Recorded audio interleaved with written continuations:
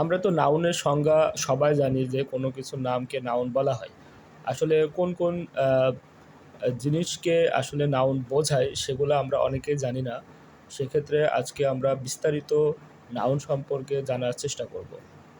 তো আমরা যদি নাউন প্রথমত বলি যে আমরা যদি নাউন, অ্যাডজেক্টিভ এগুলা সম্পর্কে ভালো ধারণা না রাখি তাহলে ফিল ইন দ্য গ্যাপ পূরণ করার ক্ষেত্রে আমাদের অনেক সমস্যা হবে। কারণ ফিল ইন দ্য গ্যাপগুলোতে পার্টস অফ স্পিচের ব্যবহার রয়েছে। যেমন এসএসসি পরীক্ষায় ১ নম্বর কোশ্চেনে ফিল ইন দ্য গ্যাপ এসে থাকে, তারপর রাইট ফ্রম দ্য ভার্ব এসে থাকে, তারপর সাফিক্স প্রিফিক্সে এসে থাকে।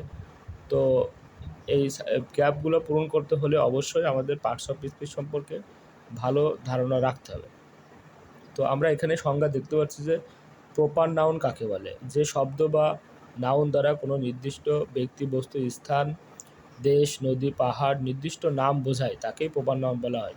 তো ব্যক্তির নাম বলতে কাজী নজরুল ইসলাম এখানে উদাহরণস্বরূপ দেওয়া আছে, শেক্সপিয়ার, রহিম, করিম। স্থানের নাম বলতে ঢাকা, লন্ডন, কক্সবাজার, হাটবালিয়া, চুয়াডাঙ্গা। ঐতিহাসিক স্থান বা স্থাপনা বলতে যেমন Taj Mahal, Lalbagh fort, the Eiffel tower. পত্রিকা ব্র্যান্ডের নাম ডেইলি স্টার, স্যামসাং। তারপর দেশের নাম বাংলাদেশ, জাপান। নদীর নাম পদ্মা, নীল, যমুনা। তো এগুলা হচ্ছে প্রপার নাউন, অর্থাৎ নির্দিষ্ট ব্যক্তি, বস্তু, স্থানের নাম বোঝালে সেটাকে আমরা প্রপার নাউন বলবো। কমন নাউন কাকে বলে? তো কমন নাউনটা হচ্ছে যে নাউন দ্বারা নির্দিষ্ট কোনো ব্যক্তি, বস্তু বা স্থানকে না বুঝে তাদের পুরো শ্রেণী বা জাতিকে সাধারণভাবে বোঝায় তাকে কমন নাউন বলা হয়। যেমন হচ্ছে মানুষ ও পেশার ক্ষেত্রে যেমন boy, girl, man, woman, teacher, doctor, student.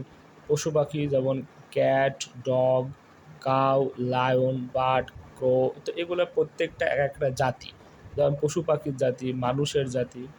তো স্থান হিসাবে যেমন সিটি, হ্যাঁ, তো ভিলেজ, তো কান্ট্রি, পার্ক, স্কুল। অর্থাৎ সিটি, পৃথিবীতে যত ধরনের সিটি আছে তার একবারে রূপ প্রকাশ করতে আমরা একবারে সিটি বলবো, এটাই হচ্ছে কমন নাউন।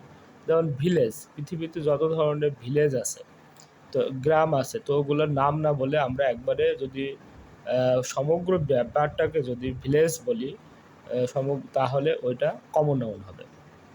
তো এভাবে বস্তু বা স্থান যেমন হচ্ছে বস্তু ও জিনিসপত্র, যেমন বুক পৃথিবীতে যত ধরনের বই আছে সমস্ত নাম না বলে আমরা একবারে কি বলতেছি? বুক বলতেছি। তো এটাই হচ্ছে কমন নাউন।